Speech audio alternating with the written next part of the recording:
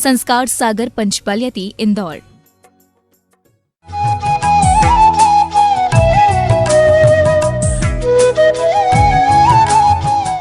और अपने अपने जो भी शक्ति है उन शक्तियों को लगा करके बस एक ही काम करना है कि जहाँ हमें अदालती न्याय ना मिला हो वहाँ ईश्वरीय न्याय अवश्य मिलता है। और इसके हमारे पास कई उदाहरण हैं और हम ये कह सकते हैं कि सामने हमारे बिल्कुल दिख रहा है। और हमारे इसमें 3 घटनाएं ऐसी हुई जिन 3 घटनाओं में अदालती न्याय से आगे बढ़ करके यहीं पर सिरपुर में ईश्वरीय न्याय हुआ। ट्रस्टी को अटैक आ जाना और ज़बरदस्त अटैक आना मैनेजिंग सितंबर के मैनेजिंग ट्रस्टी को, इसके उपरांत 2 ट्रस्टियों का बीमार हो जाना और डिप्टी कलेक्टर एडिशनल कलेक्टर का ट्रांसफ़र नहीं डिमोशन हो जाना, ये सब ईश्वरीय न्याय के हमारे सामने उदाहरण हैं। और हम ये कह सकते हैं कि वस्तु स्थिति में हमारे लिए ईश्वरीय न्याय पर ही विश्वास रह गया है, अदालती न्याय पर नहीं। अदालती न्याय कब मिलेगा कब नहीं मिलेगा ये नहीं कह सकते। लेकिन एक बात है कि पूजन अभिषेक जो शुरू हो रहा है यह बड़ी खुशी की बात है। आप लोग भी जहाँ भी हों वहाँ से आप लोग कामना करना, जहाँ भी हों वहाँ से आप ज़रूर देखना। सीधा प्रसारण इसका होगा और आप उस प्रसारण को देखेंगे कि आपके दिगंबर स्वरूप में आने वाले पार्श्वनाथ भगवान की हम अपेक्षा करते हुए अभिषेक कर रहे हैं। तो हमारा यह अभिषेक एक ना एक दिन फलदायी अवश्य होगा।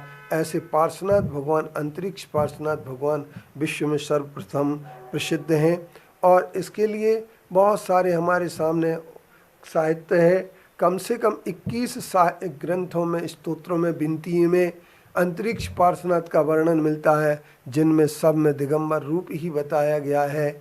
इसके उपरांत सबसे पहले नंबर ईशा की पूर्व शताब्दी में आचार्य कुंद देव ने पार्श्वनाथ बंदामी सिरपुर पार्श्वनाथ बंदामी का रूप कहा। सिरपुर पार्श्वनाथ को मैं वंदना करता हूँ, जो अभी हमने मंगलाचरण किया वो 12वीं शताब्दी का है। और इसके उपरांत 8वीं शताब्दी में आचार्य विद्यानंदी जी ने एक श्रीपुर पार्श्वनाथ स्तोत्र भी लिखा। और ऐसे स्तोत्रों की श्रृंखलाओं को देख करके 21 श्रृंखलाएँ हमारे सामने आ जाती हैं। चिमना कवि है और बहुत सारे महाराष्ट्रियन कवि भी हैं, मराठा कवि हैं, इन सब कवियों ने ये लिखा है। और हम यह कह सकते हैं कि अंतरिक्ष पार्श्वनाथ आज के दिन हम सब के लिए कामना करना है कि भगवान आप मूल स्वरूप में प्रकट हों, आप मूल स्वरूप से लेप के आवरण से बाहर निकलें और लेप के आवरण से बाहर निकल करके और शुद्ध पाषाण की जो प्रतिमा है, जिसे वर्षों तक गोबर और रेत की बताते चले आए हैं, वह पाषाण की प्रतिमा पर इन्होंने लेप करके उसके मूल स्वरूप को ढकने का प्रयास किया है। देखो मूल स्वरूप कैसे आता है, क्योंकि कल लेप के बाद मूर्ति का नाप जोख होगा, इसके ऊपर फोटोग्राफी होगी, वीडियोग्राफी होगी और कल ये सामने आएगा कितना मूर्ति में लेप के माध्यम से परिवर्तन किया गया और यह परिवर्तन कितना अस्वीकरणीय है, अस्वीकार करने योग्य है और कितना स्वीकार करने योग्य है, इस पर देखेंगे।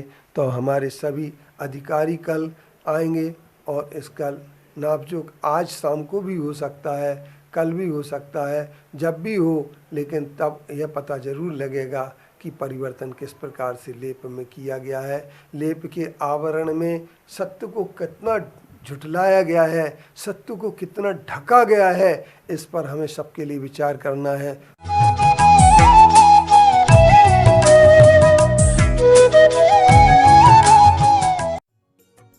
इस कार्यक्रम के पुण्यार्चक थे संस्कार सागर पंचपलियती इंदौर।